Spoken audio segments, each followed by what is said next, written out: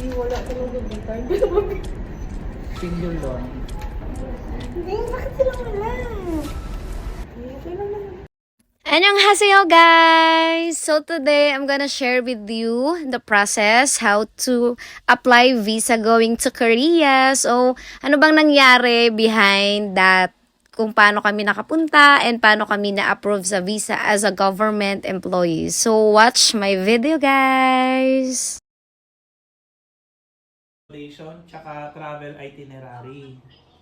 So, unahin muna natin ngayon yung travel authority kasi ito yung 2 months bago ma-approve or bago lumabas, bago bumalik. So, number 1 is application request for travel abroad. So, bibigyan ko na lang kayo nito ng sample. As you can see guys, sobrang busy namin kasi by that time, nagpa-process na kami ng mga requirements to apply for our visa going to Korea. So as a government employee, ang tagal kasi ng processing ng documents. So kailangan mo ng mga 2 to 3 months bago i-process ito at ma-approve. E092, please proceed to counter 4. E092, please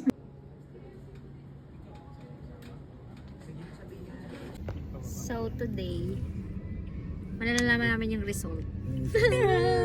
Actually, nag-block na kami. Ako nag Para preparation. Minsan yung skyway sa traffic. Kung kung approve ba. Mag-celebrate or magluluksa. Pero hindi, kahit no matter what, mag-celebrate ako. O syempre naman, sa hikaw ba naman? Hikaw mo lang. Pak. Sige, ready guys. So, andito na guys. I'm so scared. Nandito na. Basta yung anong kamay ko. So, bubuksan namin siya. Hindi pa namin alam. Hindi namin alam kung ano laman. Maglulok sa... Oh my God. Dada, dito ka.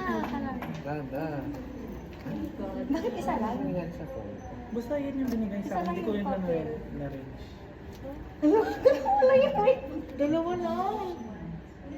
Sabit na. Dalawa lang. May papel. Ay.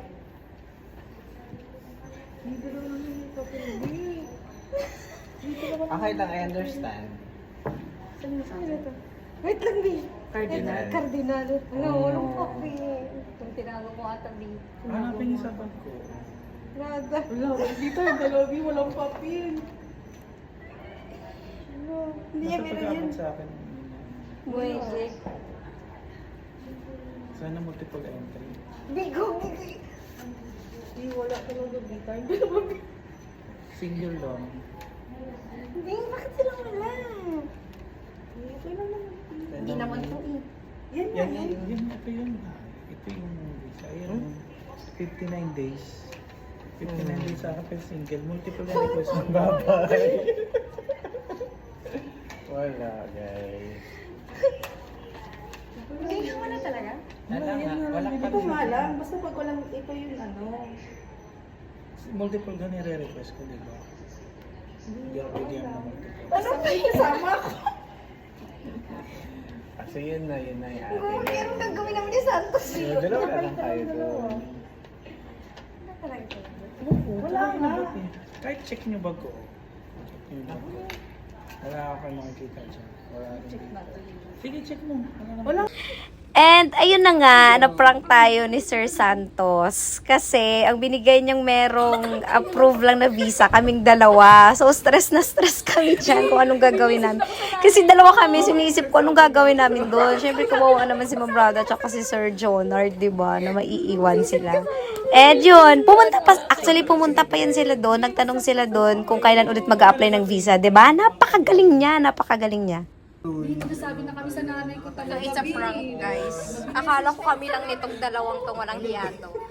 Pakita mo muna, babe. Pakita mo muna. Pinrank niya kami. Yung ginawa niya, kami lang nakapasa. So, malungkot na ako. Tapos itong dalawa, hindi nakapasa. Iyak ko siya. Tapos ang ending pa, napasado kami lahat. Pasado kami lahat. Yes, pasado kami lahat. Nakita lang namin. Ito si Ito lang. Uy, wag, baka ano.